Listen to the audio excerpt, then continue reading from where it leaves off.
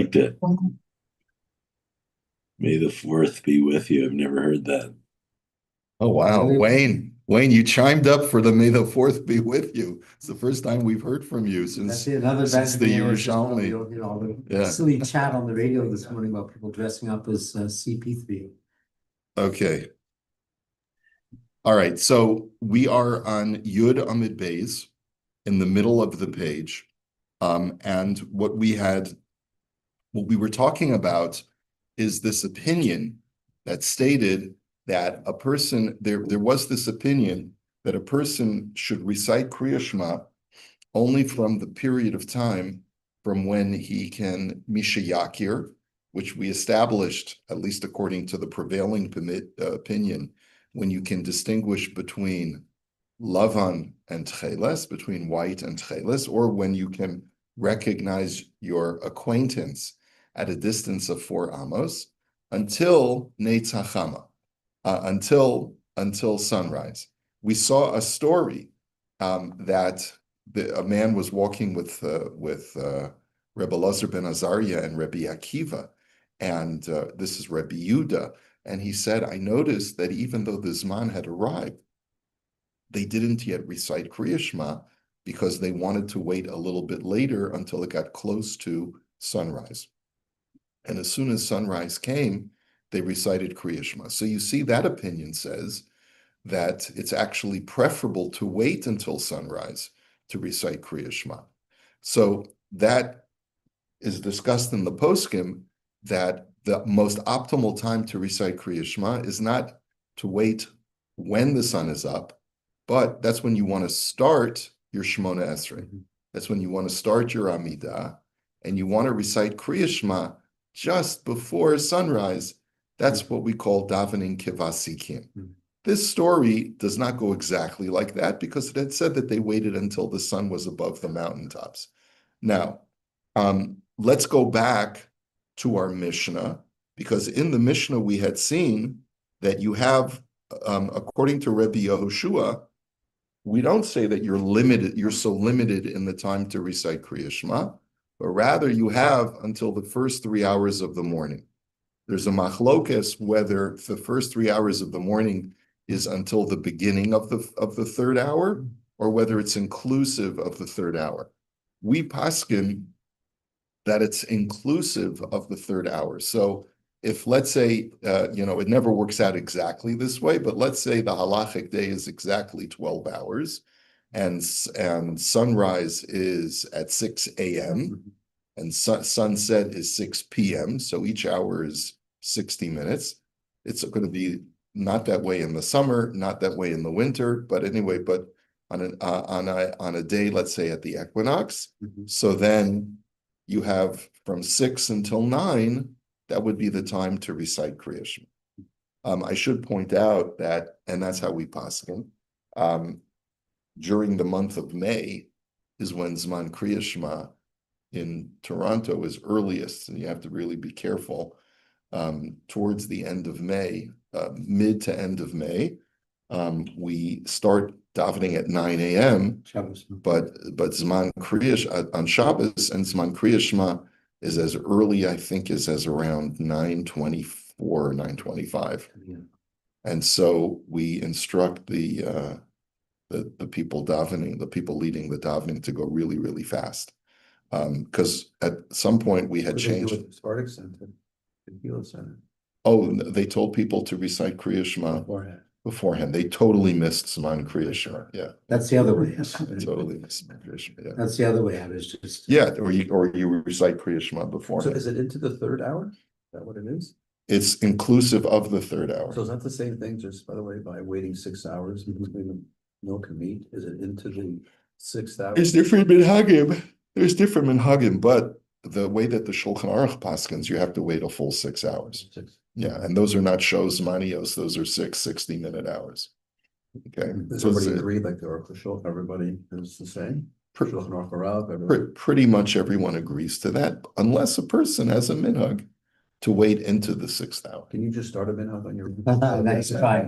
I was just about to say. I mean, you could also argue if it's shows manios, if it's dependent upon how long the day is, you could say in the winter, well, each hour of my 6 hours is only 44 minutes. But no, it doesn't. It's true. Okay, so Rabbi Eliezer Omer v'chulei ad honei tzachama. So Rabbi Eliezer was the one who had said that you only have between Mishayakir and Nates to recite Kriya Shema, but Rabbi Yehoshua says you have the full 3 hours. So Rabbi Zavadia berei de Rabbi Yaakov bar Zavdi b'shem Rabbi Yonah kedei shetehei hachama mitaftefet al Rashi Hehari. You have so what is the exact time of sunrise?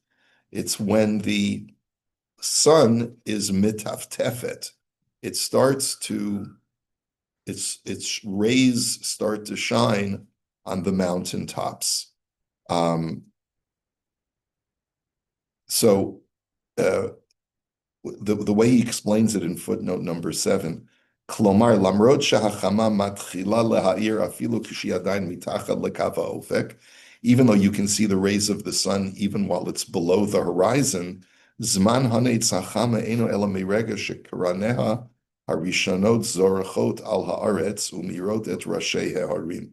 But sunrise is only from the moment that the first rays are above the earth and start to illuminate the mountaintops.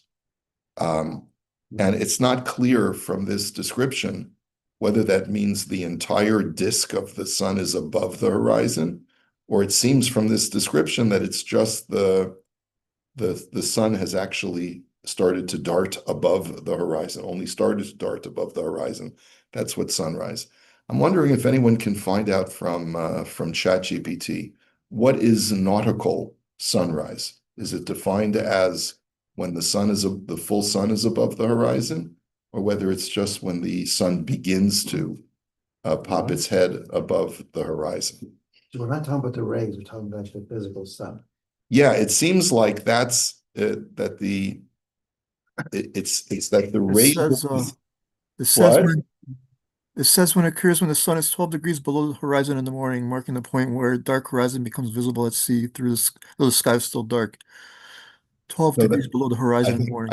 I think you're looking at dawn. That's dawn. No, nautical sunrise or nautical dawn. It says it's the same thing. Right. No. So that's no dawn and sunrise are not the same I thing. know, but that's what AI is saying. Okay, so maybe I'm not thinking of nautical dawn or nautical sunrise, but there is a sunrise that's published in nautical charts that's quite different from dawn. And it's anything? Oh, really? Okay. Okay.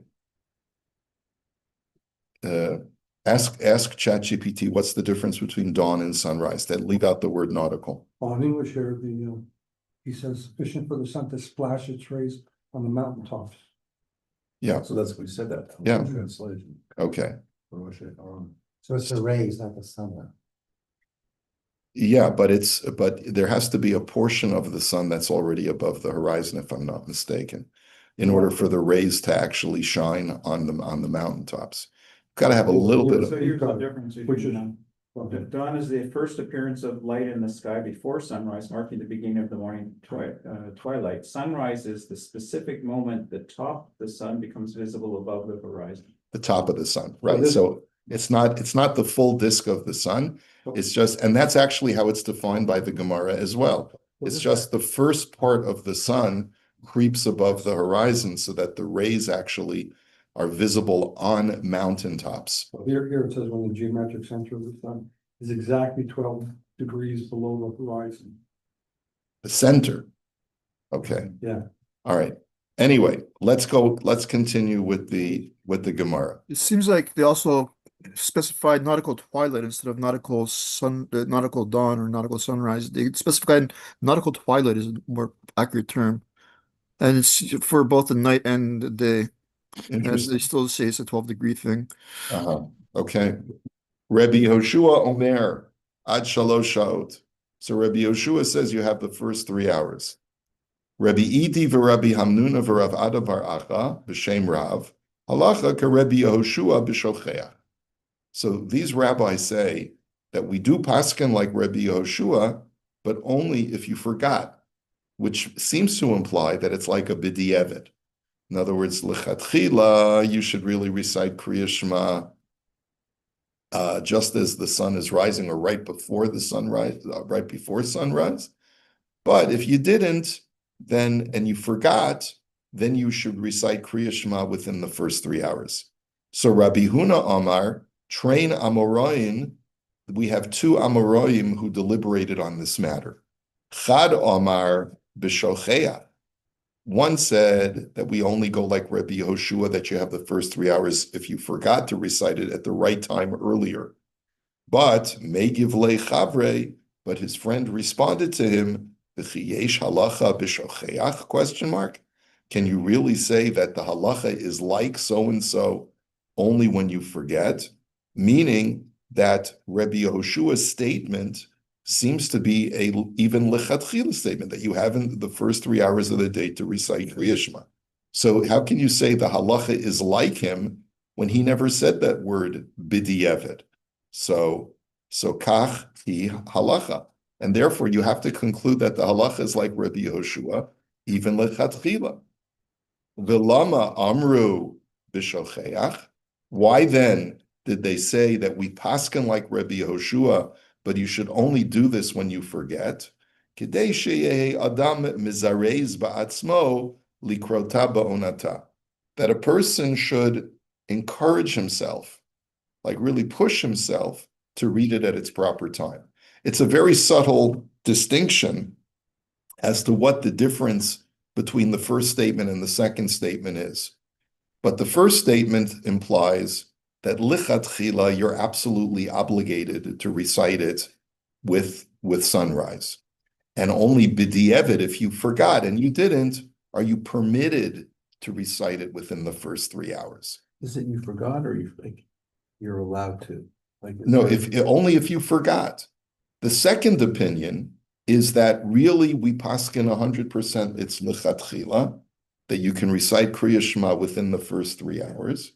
But the reason why we use the word if you forgot is because even though we paskin that lichatchila you could recite it within the first 3 hours, it's still preferable always to recite it as early as possible. It's like having dates for Shemona Esrei, same thing.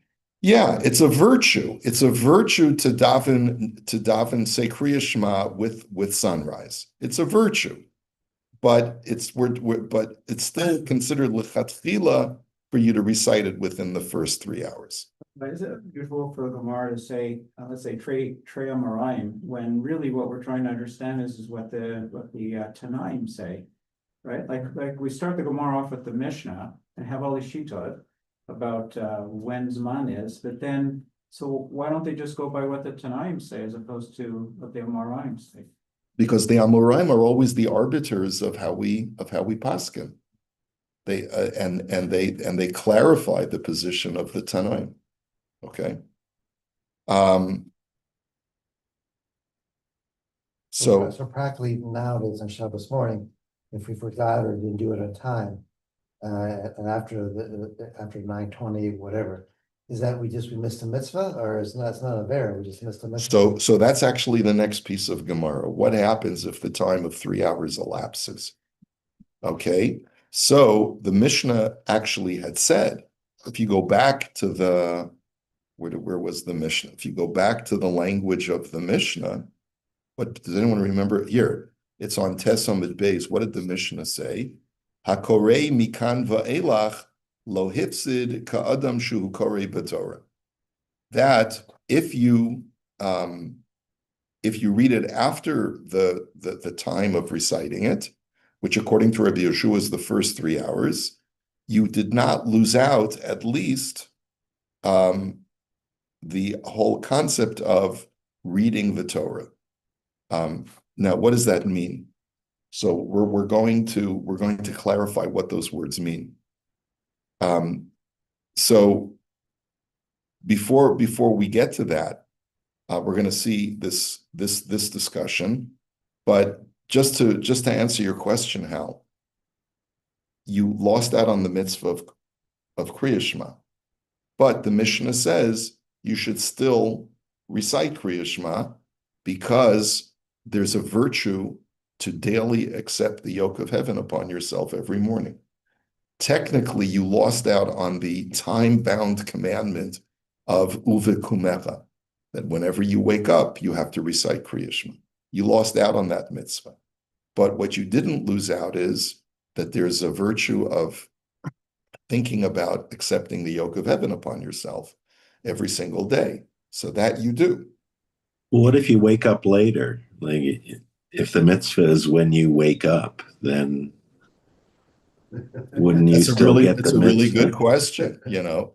Like, what if you're a deadhead and, you know, you Wake Yeah. up at 12 o'clock. Yeah, so it's not dependent upon when Wayne Nathanson wakes up. It's dependent upon when people wake up. Remember, what did we say? What was the reason given for that Rabbi Yeshua gave that people can recite it within the first 3 hours? Because that's when kings wake up. Normal people wake up with dawn, but kings sometimes sleep in and wake up the first 3 hours. What if you're more than a king? What if you're Wayne Nathanson and you wake up at 10 o'clock? So that it's not dependent upon the individual. It's dependent upon when human beings typically wake up. And that's the limit that's placed on the mitzvah of Kriya Shema. What if we do plug and then we do the Shema and then we forget later on that night to say, so we just didn't say Shema at all, or we just didn't get the extra, You lost out on the mitzvah of Kriya Shema. Yeah. just that Shema though, But so you accepted the yoke of heaven upon yourself, but the technical mitzvah of uvishoch becha, that you shall talk about these things when you lie down, you've lost out on that mitzvah. Yeah. Okay. Now, Taman Taninan, we have a Mishnah in Maseches Shabbos, Mafsikin L'Kriya Shema, Ve'ein Mafsikin L'Tefila. That you are supposed to interrupt whatever you're doing in order to recite Kriya Shema, but you don't interrupt whatever you're doing in order to recite Shmona Esrei. Now, what is the context? So it's really good to see footnote number 11. Batechila HaMishnah Sham Melamedes Sha'asr la'adam lihikanes l'sapar lihistaper v'lo lebeis hamerchatz o lebursaki. He says the Mishnah over there is talking about things that you're not allowed to do when the time to daven mincha has already arrived. Okay, so when it's already time to daven mincha, you're supposed to abstain from starting certain tasks. So if you want to, let's say, go run in and get a haircut, or you want to go and run into the bathhouse and take a bath, or you want to go in and bring your freshly peeled hides and bring them to the tanner to Is that a Borsky? a borsky. Yeah. Was it a oracle for the beats? Yeah, okay, you're mixing Yiddish with Aramaic. V'lo lahaschil ba'achila o lahaschil adam. You shouldn't start a meal. You shouldn't start an adjudication in Beis Din. Samuch lemincha, if it's a half an hour before the time for davening mincha arrives. And we're not going to talk about what that time is. That's not relevant to our discussion right now. Ela yispalel techila v'achar kach yilech la'asakav. The Mishnah therefore says what you should really be doing is daven mincha first, and then begin those tasks. Ulam, however, im ovar v'hischil lasok be'echas mehamalachos halalu, eno tzarech lahafsin. But what if you started long before that half hour, before the time for mincha? You started at, let's say, 2 o'clock in the afternoon, which was long before the zman for davening mincha. And you started a task, and that task extends, and it's now a half an hour before the official time to start davening mincha. So, eino tzarech lahafsik. You don't have to interrupt that work. Ela yisayemena ve'achar kach yispalo. But rather finish the task, and then you can daven mincha afterwards. And the Mishnah clarifies over there that it's assuming that you still have time to daven mincha. right? In other words, let's say the official time to daven mincha doesn't start until 4 p.m., but you have until 7 p.m. to daven mincha, okay? So you don't have to stop, you don't have to, if once 4 o'clock arrives, if I started a task at 2 o'clock, I don't have to stop in the middle of my haircut and say, oh yeah, pull off the apron and that's I got half of my head is shaved and the other half is not, and say I got to daven mincha. Look, you're not obligated to do that. Finish your haircut and then go daven mincha. Well, Rabbi, what if it then becomes a dilemma of whether you'll be yachid or you'll be with a minion? That's not part of the deliberation in this Mishnah. The whole idea of davening with a minion is considered a virtue, but not obligatory. Okay?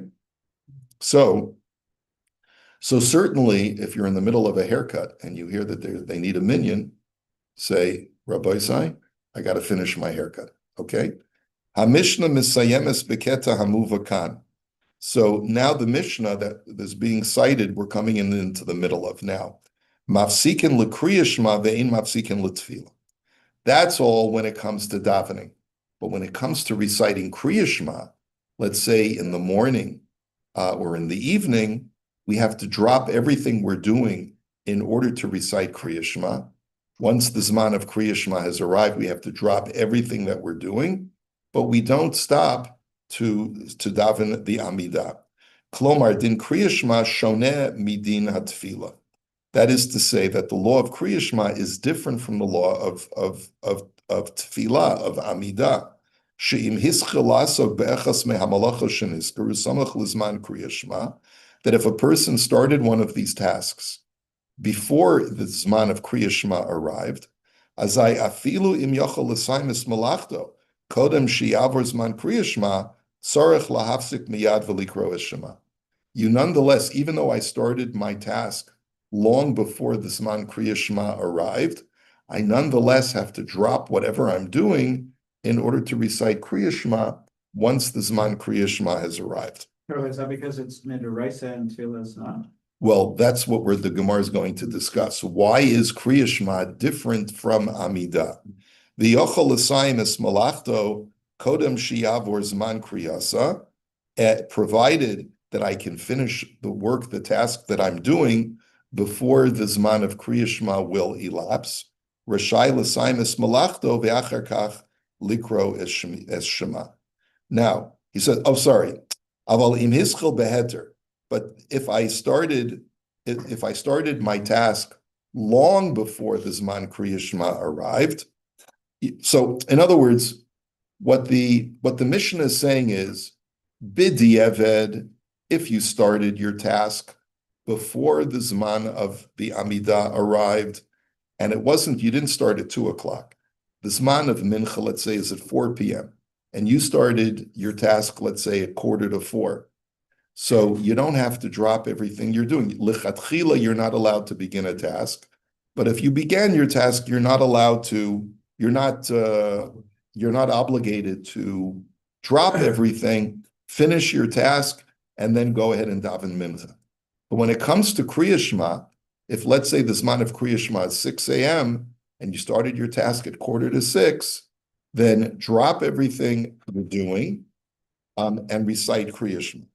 Avalim hitchil beheter, but if you started davening in a permissible way, meaning that it was long before the Zman of Kriya Shema, the yochel l'saimis malachto kodem sheyavor Zman Kriyasa, and you're able to finish the task well before the Zman elapses, Rashai l'saimis malachto ve'achar kach likro es Shema. Then you would be allowed to finish your task before reciting Kriya Shema. HaGemara meva'eret ata et hachiluk ben Kriya Shema l'tefillah. So the Gemara is now going to explain the difference between Kriya Shema and Shmona Esrei. Okay, so far.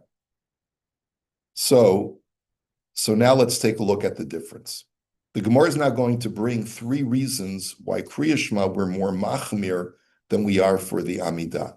Is there a time that you have to finish Kriya Shema? If you start at the right time and you're very holy and you take 3 hours to say, like we're talking about when you have. So this is a very good question. The question is, when we say you have until 9:24, let's say, to recite Kriya Shema, is it the first pasuk of Kriya Shema?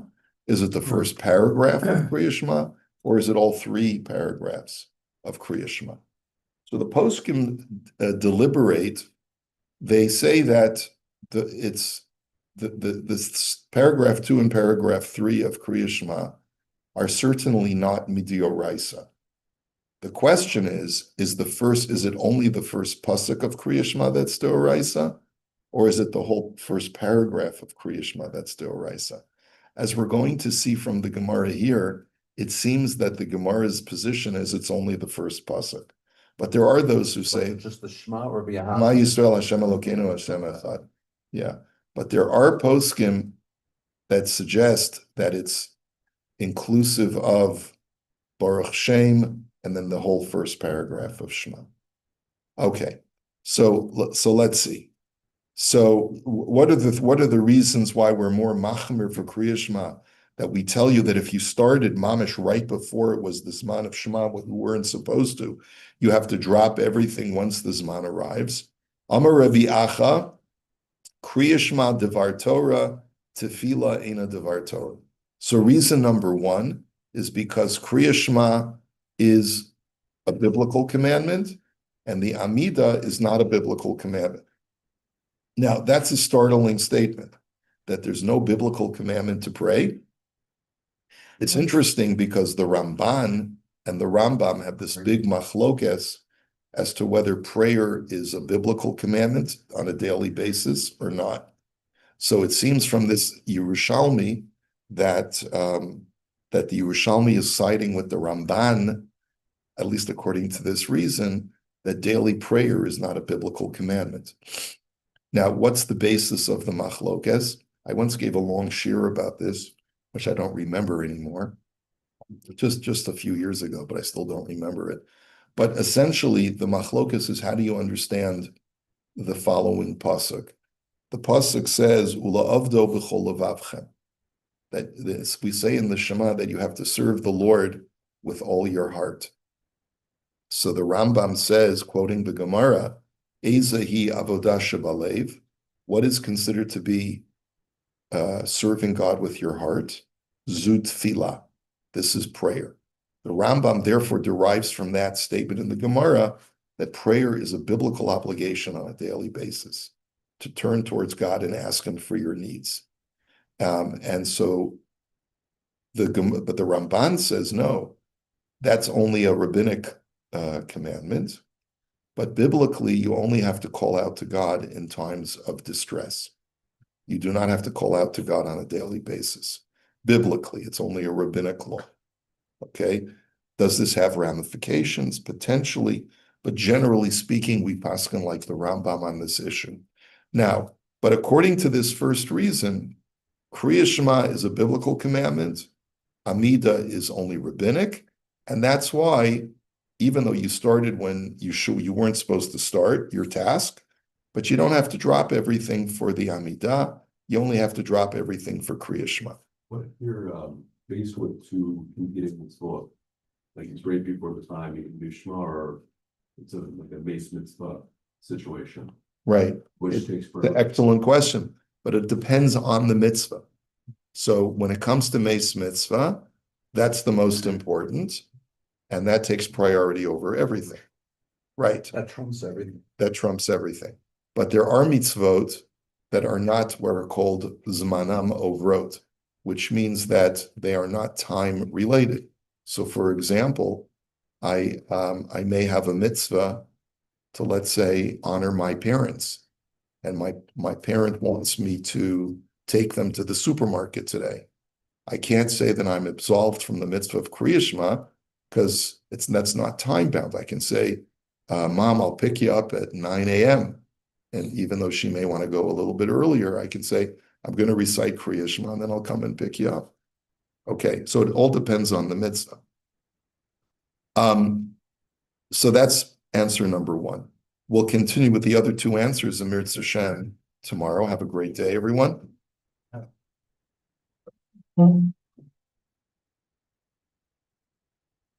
I mean, what's their job in the first base, something like that?